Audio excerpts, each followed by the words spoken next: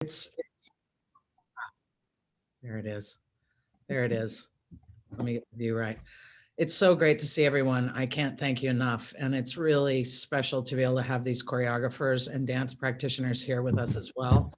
I thought I would give you just a quick description of what we're here. You were looking when you came in to a series of prints that are all made by 26 different US-based choreographers. And really for the Center for the Art of Performance, early into the pandemic, I was trying to figure out what we could possibly do that could create impact as the entire performing arts world completely shut down. All studios, all of our interdependent ecologies, which you've all heard about. But for me in particular, the amount of dance making and the choreographic form and dancers themselves, I recognized pretty early on that this was going to be the longest road for them. And so, you know, I started to think about all the different kinds of conversations that we're all used to having, sitting in cafes, talking about ideas, being in relationship about how to make something dimensional and real and full of, you know, truly like dreaming a culture forward through their unique vocabularies and practices. And often when sitting in those relationships, they'll whip out a napkin or they'll show you something in a notebook and they're trying to show you some of how this dance is going to go. And I thought, you know, this is a way of communicating how choreographers think very intimately and very deeply in their planning phase before they start working with the dancers. And to me, it was a way of looking at that extraordinary intelligence through a visual language. And so what we did was invited 26 different choreographers from around the country, all around different cultural realities, practices, geographies, arcs in their careers, to make a score of some kind. And the goal was really to turn that process of a score making into a fine art print. And the print edition, which is what you're going to see, could do something that would both help economize dance into the future through the center, create an archive and a record of this time in ways that we often don't see, and to also have the artists be empowered with their very own work in visual time to move into the gallery system or other ways of economizing their prints for themselves. So that's really what the choreographic scores are. And like anything, it's a collaboration. You know, I was describing what I was trying to do. The National Young Arts Foundation, who are here, said, how can we help you? And they helped support the commissions. Every one of the artists were given a upfront commission. So they were in the house. Pomegranate Arts, which is a great producing organization whose work had also stopped still on a dime. I needed to have some other hands to help this, and so they jumped in.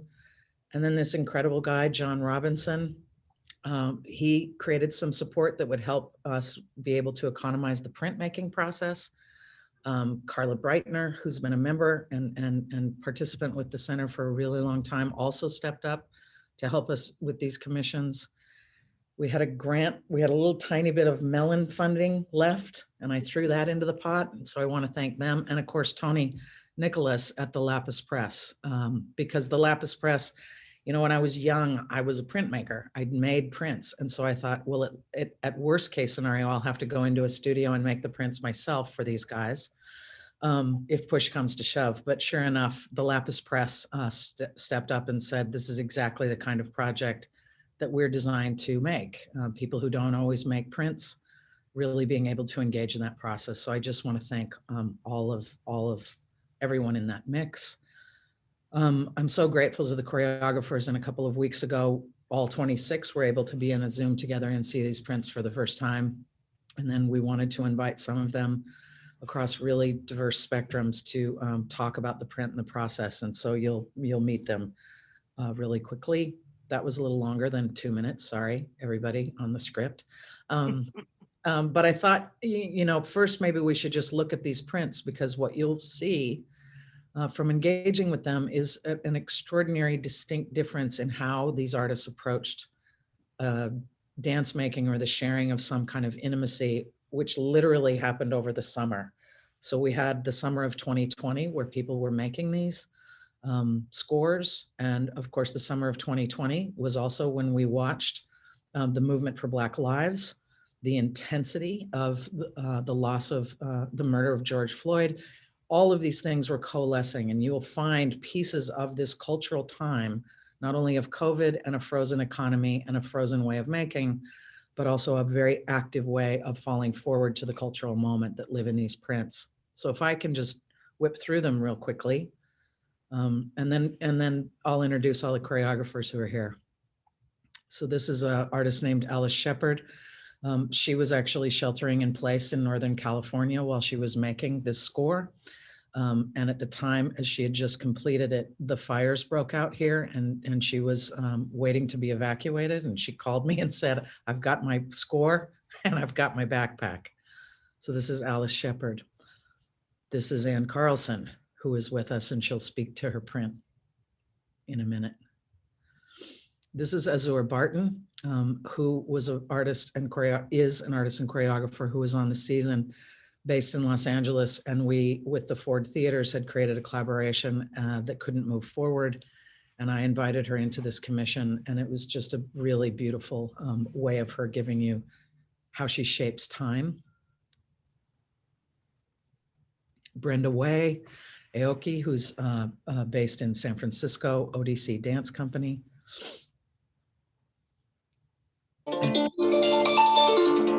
Somebody's phone. Is that you, Olga? Yeah, sorry. I recognize your Caleb Teicher with Isabella dos Santos, who you'll also meet in a moment. This is Camille A. Brown. Deborah Hay, and when you get close to these prints, which I hope you will be able to do in real time, you'll see an exquisite level of shadowing and detail from her journal and notebook. Eiko Take, who also, sent in an entire book worth of score. This is based in a graveyard. Elizabeth Streb, who many of you know. This is Emily Johnson, an Indigenous artist who uses this actual sign to create her meeting point and request as part of the beginning of her works. And Faye Driscoll, amazing artist who creates a contiguous score in cursive. Everybody was asked to do something by hand. Jawole, Joe Zollar, with Vincent Thomas and Shannon Judson and Osar Johnson. And she's here with us this evening, so she can speak to it. Kyle Abraham, who many of you know. And while you can't read the score itself, it's quite beautiful when you get close to the text. Lucinda Childs. Mayfield Brooks, who's really converted a lot of their practice to practices of dance and labor and the everyday movements. Melissa Fenley. This is page 1 of a 27-page score and the last page. Nora, who also many of you know, fierce.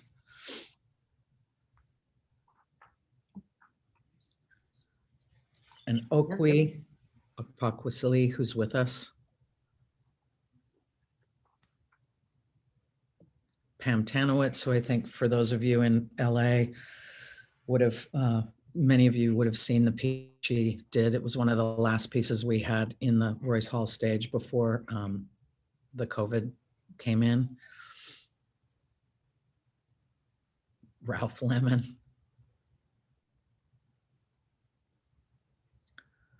Ronald Brown. Rosie Herrera, who is in Miami, and there's a really beautiful story behind this, this piece, which I can share with you later. Sarah Mitchelson, Rebel with a Cause. Shamel Pitts, who's also with us here. Wally Cardona. And this is Zoe Schofield, who's based in Washington State. And thank you again, John Robinson. Okay. So there's the scores, the body of the work that was made. And I just want to bring Tony into the space to be able to talk and also introduce you to the choreographers who are here with us tonight. Are you going to change the view here? Yeah, there we go. So there's Tony. And if I can, Okwui Okpokwasili, Caleb, Jawole, Ann Carlson, and Shamel. I can't see everybody. I got to get the view proper. Everyone's coming up in just 1 second. So I think I'll go in a kind of sequential order with y'all to start the conversation going, which is really first and foremost, you as choreographers and artists got a letter from me saying, hey, do you want to do this project? And I'm really interested to hear what that was like when you first were trying to figure out what we were going to be doing. Okwui, come on. Well, honestly, I feel like I've been doing a lot of writing and prompting, and my score is around creating a space for a collective sonic web, grounded in a movement that is a slow walk movement, but everybody is very close together, sounding together. And the slow walk movement and the sounding, the core is breath, the beginning is breath. And also a reflection of the question or of what do you carry and how in turn does that carry you? So somehow an acknowledgement of not only the web that holds you, but of what you're springing and weaving into that web, right? Yeah. And so so there is a lot of writing in that practice. There is a core group of artists, but we open the practice up to strangers. We sound and sing with strangers, but we ask them to sit and write and to consider this question. And so I had also, COVID left us bereft, right? We were in the middle of this process, and one of the most dangerous things you can do is sound together closely, in close proximity.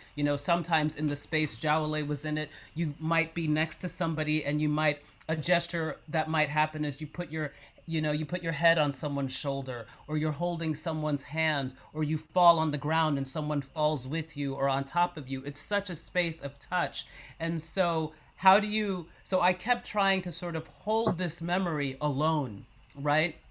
And and one of the things that happened during the course of our enactment of this sonic weave was that there was a call for breath.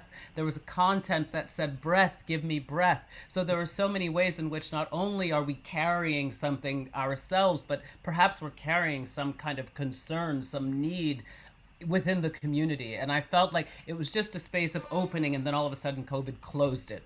And so when I encountered this, I thought, I don't draw. I freaking hate drawing. I know nothing about drawing. However, I have all of this text as I continue to think about this language, as I continue also in my own spaces to do a slow walk, to hold on to that sensation, to hold on to that sense of connection, that memory of connection. So then, so they were just like, that's okay. And I was like, okay then. And then, but what's so interesting is that I felt like my piece was such a deep collaboration. I feel like, Kristy, Tony, you guys gave me so much. Kristy, that sense of the shadowing, I feel like in the space of that walk and that breath, there is a feeling of what shadows you, or their ancestors, along with the people next to you. And there's the hope that you find stillness, right? But also there might be a kind of noise that happens. So when I was looking at the text, I was like, wow, what are we reading? Where do we begin? I feel like, the shadows were coming in and out, and I was like, ooh, that's a very interesting sort of visualization of all of the possible sensations that are happening when you're in the practice. So I was very grateful. So that's, I was like, it worked, because I was like, I'm just writing right now. So I hope that's cool. Because I'm amazed and astounded by the prints too. I'm just like, yeah. Thank you. Jawole, you're unmuted.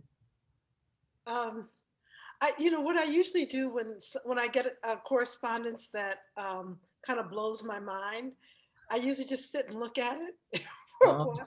I'm like, I don't know what to say or respond, and yeah. it might have been a week before I responded or something like that, because I just kind of like, I don't know where to.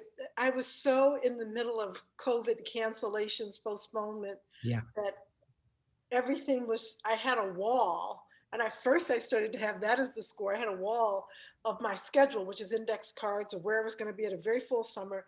Yeah. And I felt stuck. And so I'm not sure how long it took me to respond. And I think I finally did respond. Okay. And then I was like, well, what am I working on? Everything is like, Yeah. and so I'm directing and choreographing an opera for Houston Grand Opera, Jake Hagee, Gene Shear, new opera.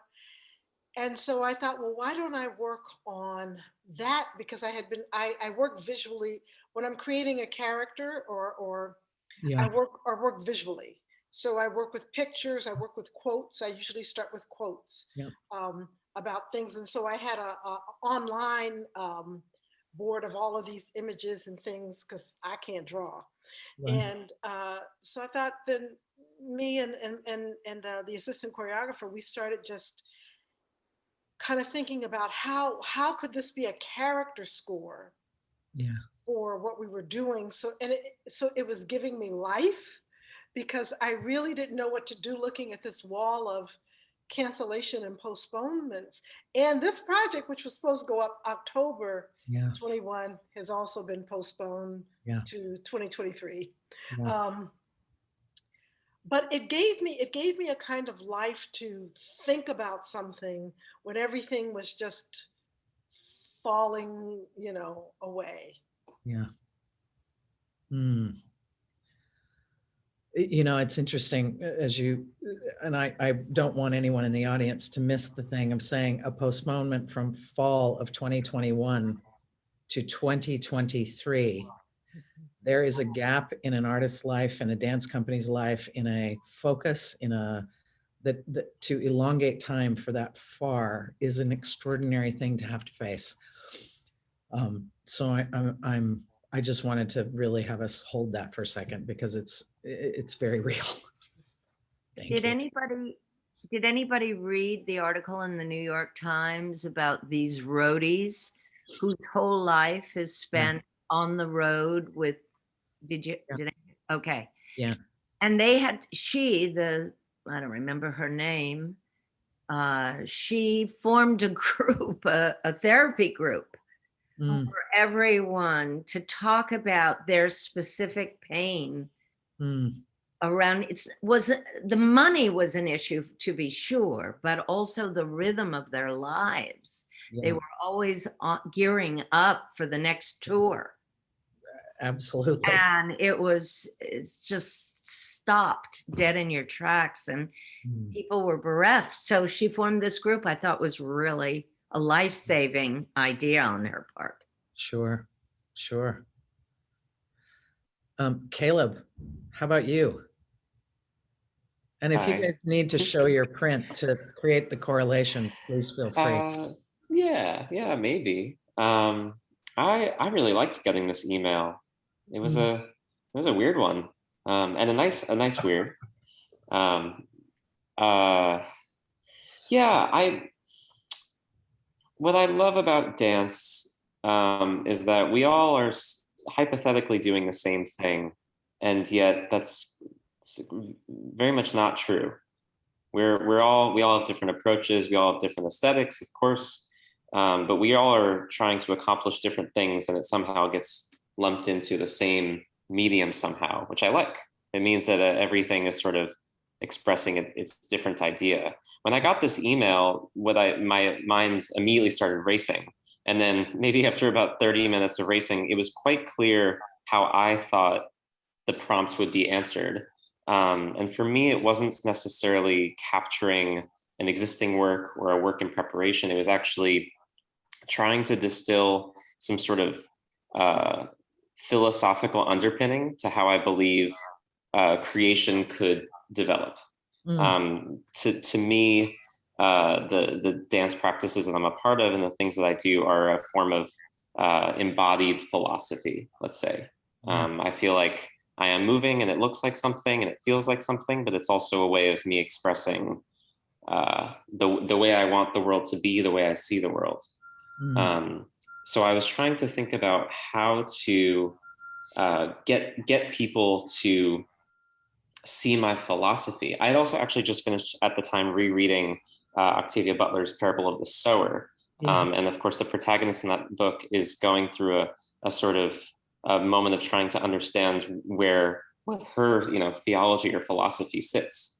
I was sort of really captivated by that. And by the way, young people in particular start to decide how they construct their vision of the world. To me, the print that I made is sort of a how-to to make or create. Just for me personally, I think I was trying to figure out how do I begin again? How do I create? How do I encourage other people to find the sort of fulfillment or joy or pleasure in creating that I find? And I, based on the sort of practices I have, Lindy Hop and Charleston and solo jazz and tap dance, I started thinking about, let me see if I can share this picture, these old how-tos of how to do the Charleston and things like that. Where with footsteps and drawings and yada yada. So I sort of coupled that very, very basic idea with something a little more philosophical. And I asked, I'm a very proud Young Arts Foundation alum, and collaboration is really the only way I function as a human. So I asked a fellow Young Arts alum, Isabella dos Santos, to pen it. To visualize it. And my dream is that this lives in some like child's bedroom or in some pediatrician's office. I spent a lot of time in my childhood like staring at the dinosaur painting in my pediatrician's office and have a lot of fond memories of that. So like really my dream is that some kid is waiting for their like, annual checkup and decides to learn how to dance a little step. Beautiful. Beautiful. Thank you. And Anne, how about you? Yeah, I would love to see my print there and chat about it on the side of it. Yeah, and we'll pull back Jawole's and Okwi's later on here. It's I'll say again, thank you for this opportunity today, and also this opportunity to be a mark maker. Like I felt like, I'm not a mark maker in public at all, but I doodle so much, and I did a few things, but when you and I were talking, Kristy, one time, we got into a whole conversation about translation. Yeah. And I started thinking about that, like, what is the translation of this moment of, I have to stay inside now? What's the translation? How does my practice translate to sheltering in place? Yeah. How does, and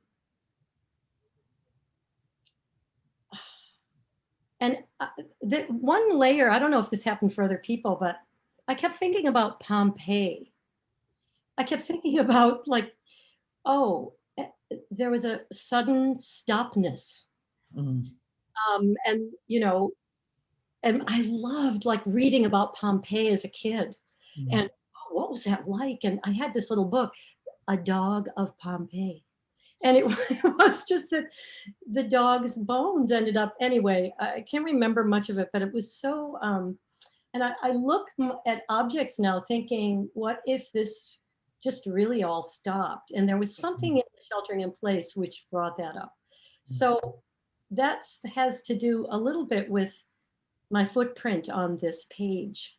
Mm. What are, certainly in the layer of what are we leaving, or what is the mark, and what is the mark of a, when we're working in a temporal form, Yeah.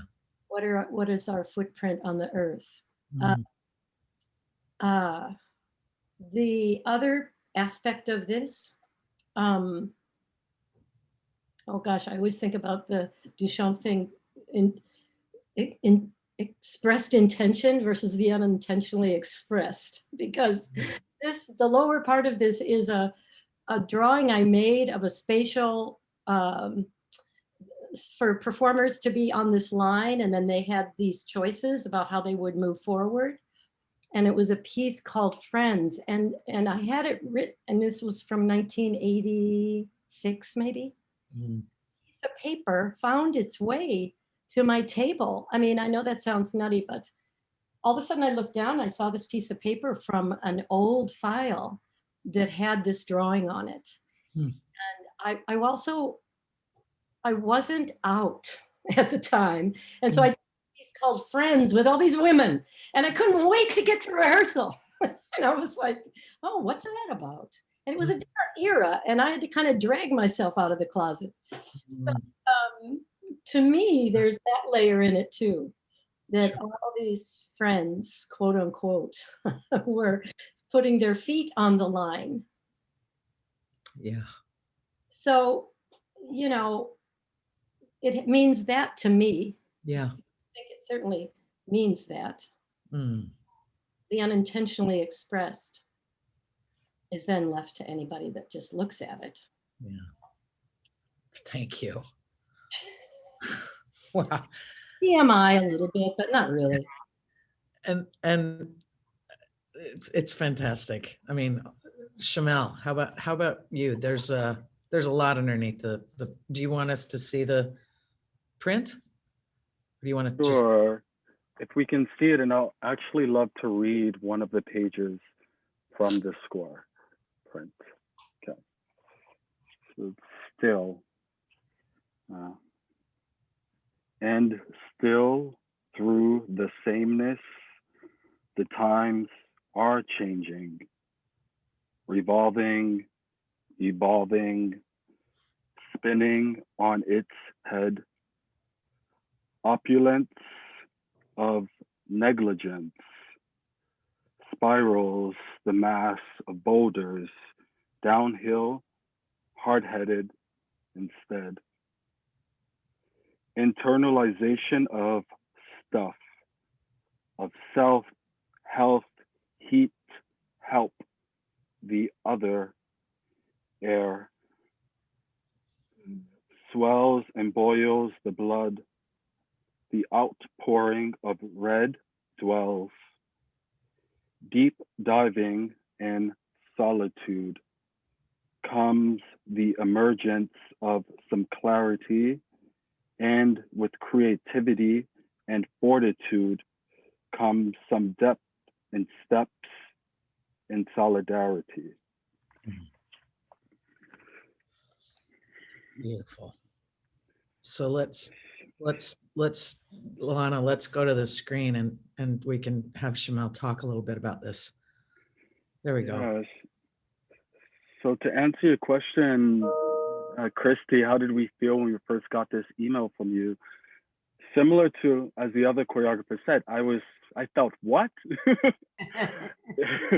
Is this really an invitation towards a creative prompt at a time where all of my inbox emails were either cancellations or postponements of shows?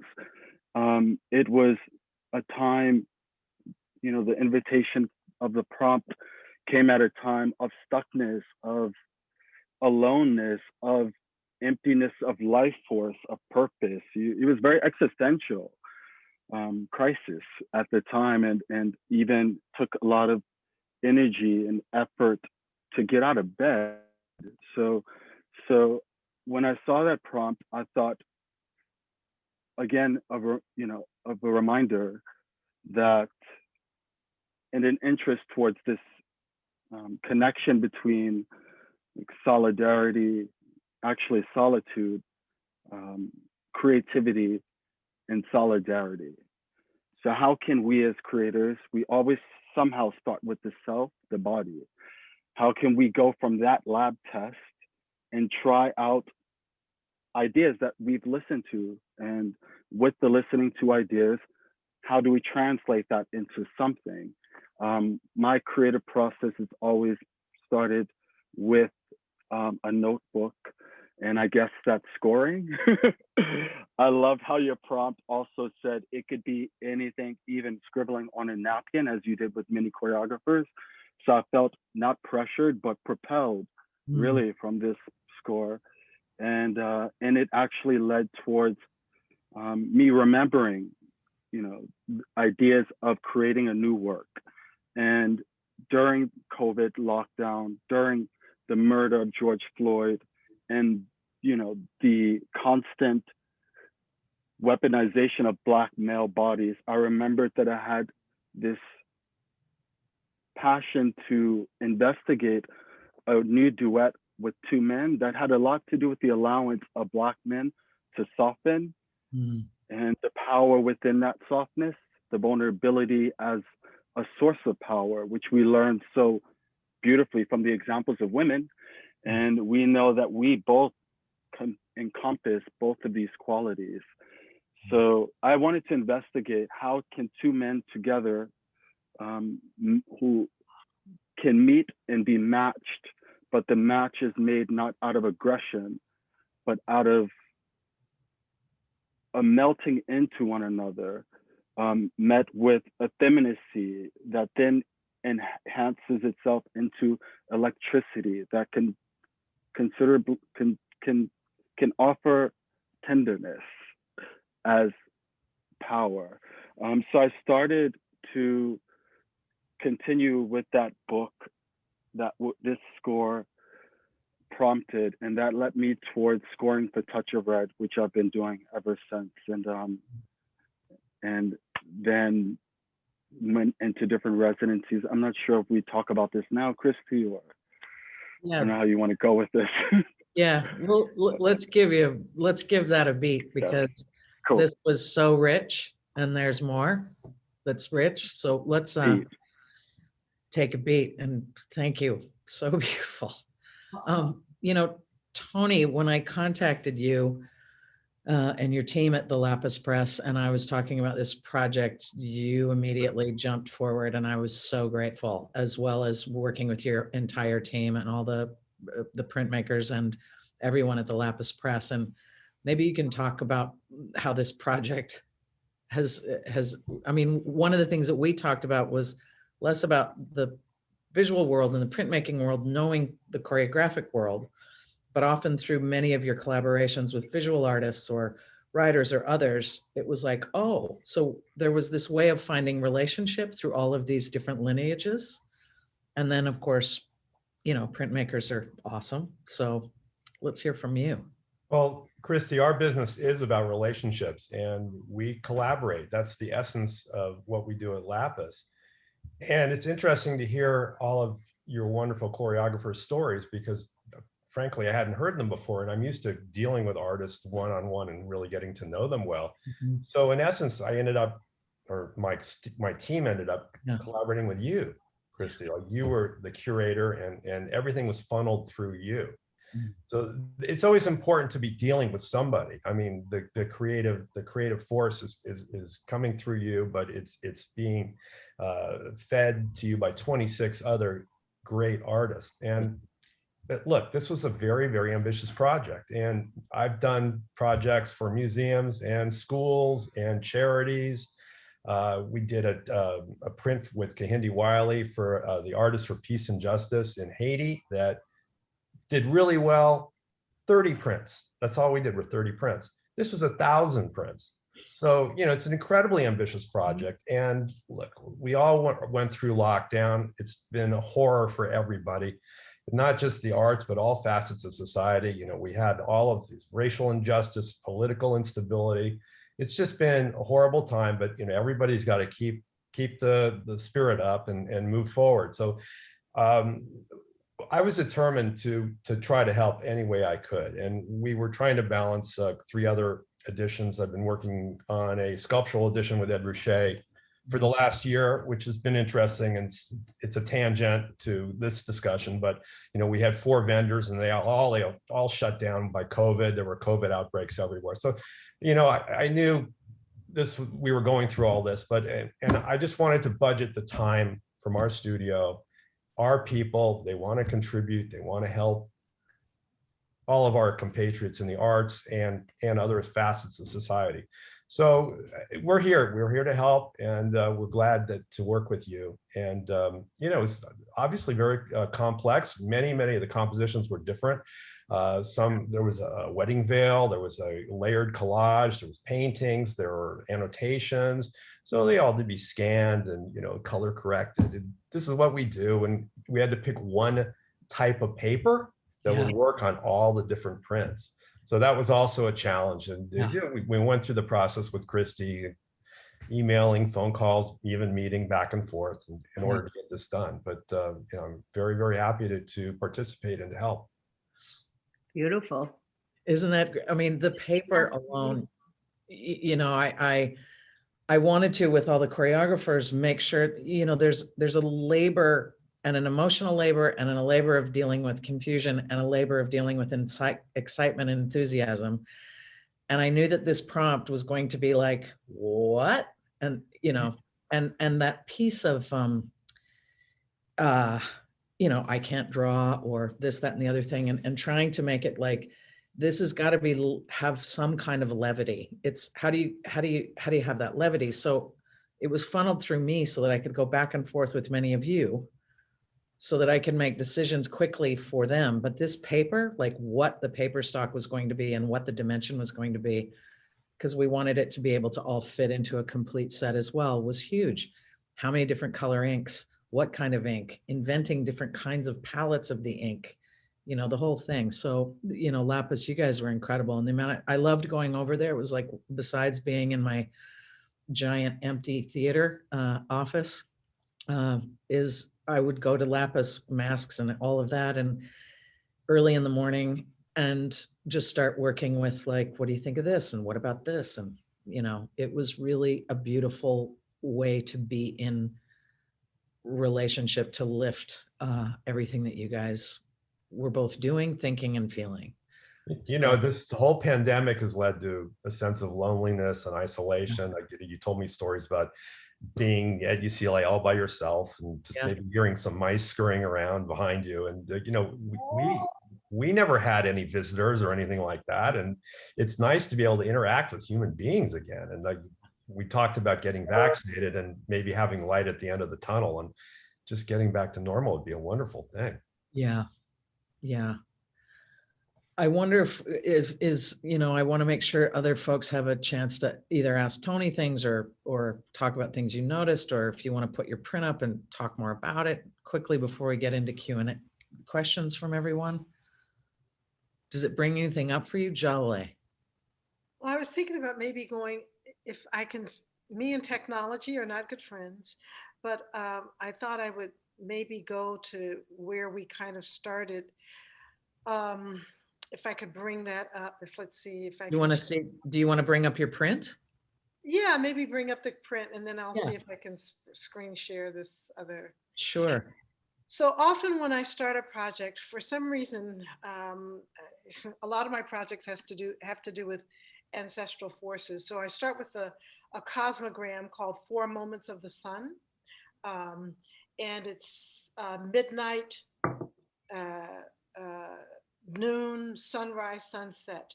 And what is above the circle is the land of the living, and what is below is the land of the ancestors. And so usually the projects that I do are driven by some ancestral force, like the Coltrane work that I did. And in this, though I did not write this, or the story did not come from me, but it's based on real people. And so, and it takes place at a particular time. So we put the main characters above. This is a Black woman who was a spy for the Union Army in Jefferson Davis's White House. She was part of a spy ring by a woman, Elizabeth Van Loo. who had the spy ring in Richmond, Virginia. And I thought about this young woman going in who was educated, this young Black woman who had been educated and having to go in and pretend that she could not read or write in order to get information. And so this Audre Lorde quote, which is one that I like, I don't have it by heart, but it's something: when I'm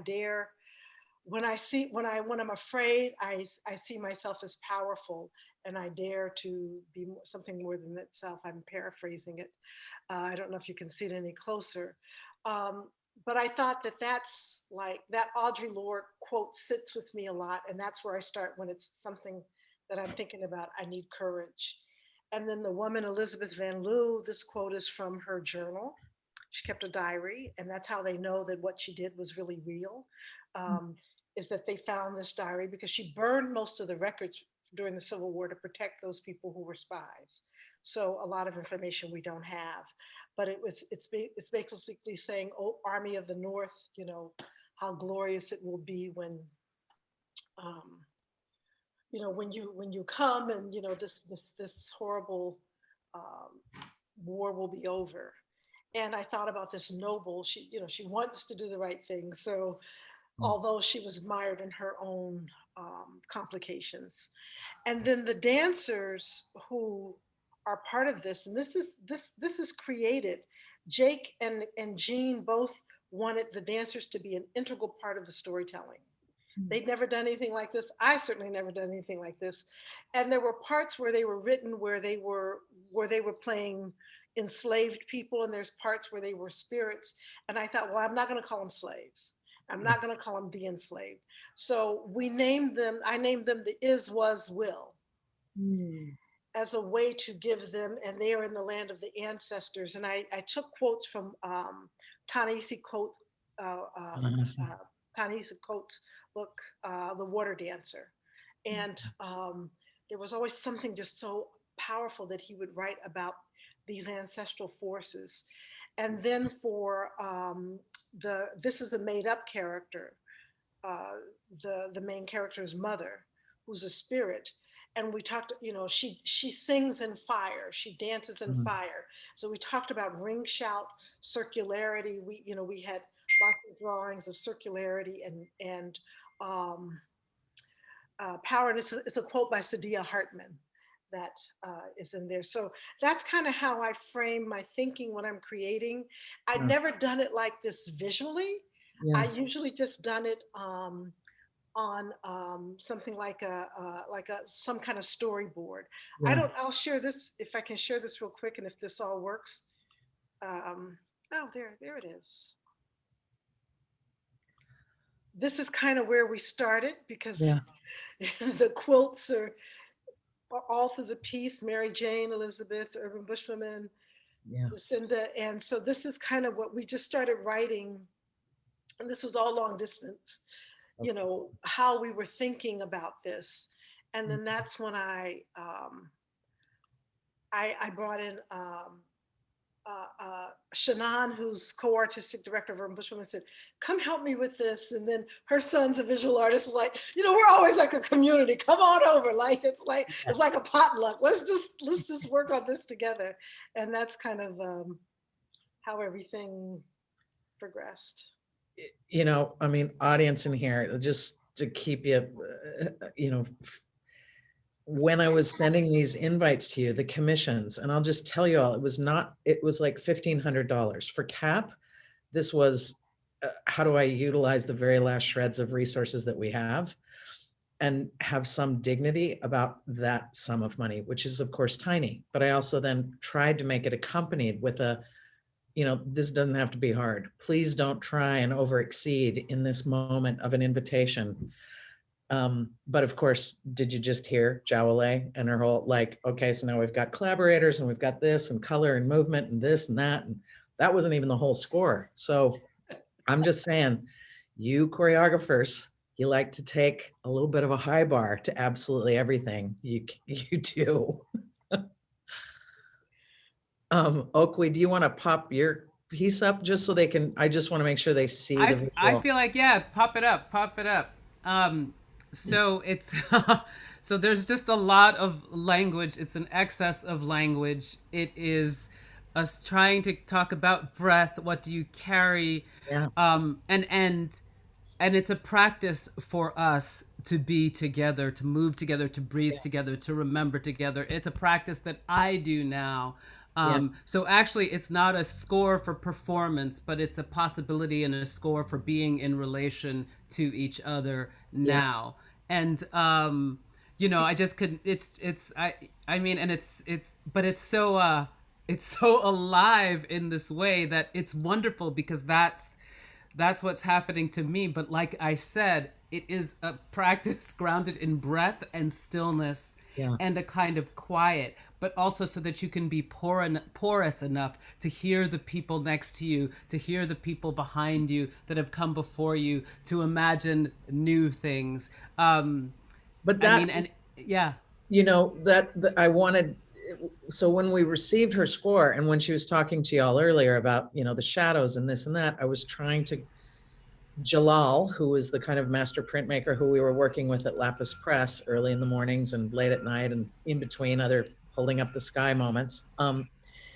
It was how to give those very things, like, could we, and we would sit and talk, like, how do we take what she's saying in here and give it breath? Or can you see behind yourself and in front of yourself? And can you see this direction through this direction? And so, it was just It's wonderful. taking the prompt of what you're asking from, community and breathing and practice and trying to give it. So I was really happy that you liked it. But it's like also, I mean, well, it's also because I have notebooks filled with, constantly trying to think about how do you refine this? What's the language? How do you help open up the imagination? And what is it, as I feel like I practice in a realm that thinks about the body and the movement of the body, beginning from memory inside imagery. Sometimes I really resist being called a dancer, being called a choreographer, because I'm thinking of not necessarily an end result and a particular look and a particular execution of a step or a phrase, but of the possibility of being, like becoming, unbecoming, like what's that thing in relationship to other people. So, and maybe sometimes the people in the audience, but also the people around you, and how to continually sort of work in a space of a kind of glorious and uncomfortable entanglement. But it's wonderful. But it was like, I have notebooks and I'm writing. And then I was like, well, I guess I have to write on this paper and trying to, and it was like, does it fit? And then I was like, I made some mistake on one side, and then it was, but I love I love the handwriting. And I think Faye talked about this, right? Yes. I mean, all of it is quite stunning, but when to see the handwriting of the individual choreographers and it's really moving to me, this whole, I feel like, again, this is a relationship of all of us to each other, even in this score. Yeah. So thank you, Kristy, because you're also a little bit, you go above and beyond. Well, nah, come on. Come on. We're going to just deflect for a second. Yeah. So Shamel, that's another, Okwi's talking about notebooks full, just writing and writing. And this is probably another, you've taken a beat. Let's head into that next chapter. And then I want to open it up for everybody in the community here to talk with us. Yeah, similar to Okwui, I've had notebooks full of words.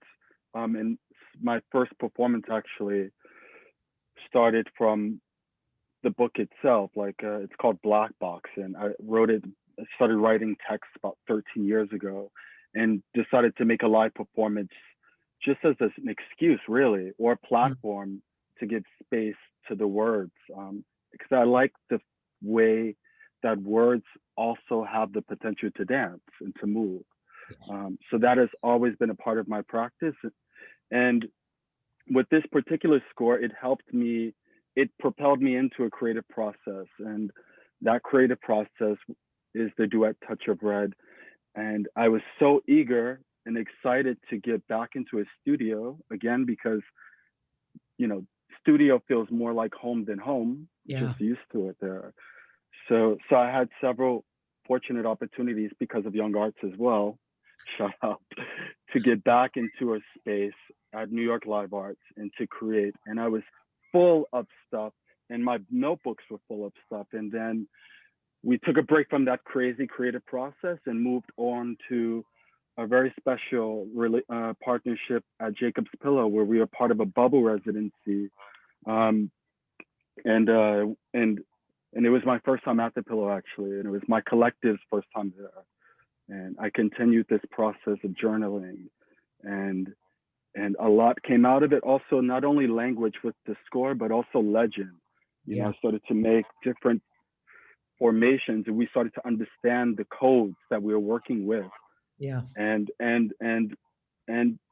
yeah, then one day we woke up and there was a fire, you know, and we were all there to experience the fire at Doris Duke, which was our space, our home up until that point. And my notebooks, including the score original, were all lost to the fire. So actually these prints are the only remains from that book. But similar to what Okwui and Kristy also saying, you know, we have dancers and artists have this is a Toni Morrison quote, artists have the bad habit of being resilient. And it's true, because right as the fire happened to us, and while we were there, my entire collaborative artistic team had the option to go home or to continue, and we all decided to continue. And it was incredibly meaningful, traumatic, expansive, and unforgettable. Right. Huge. So I want to make sure everybody can, Alana, can we get the, I mean, if there's questions or comments, I mean, Shamel, for those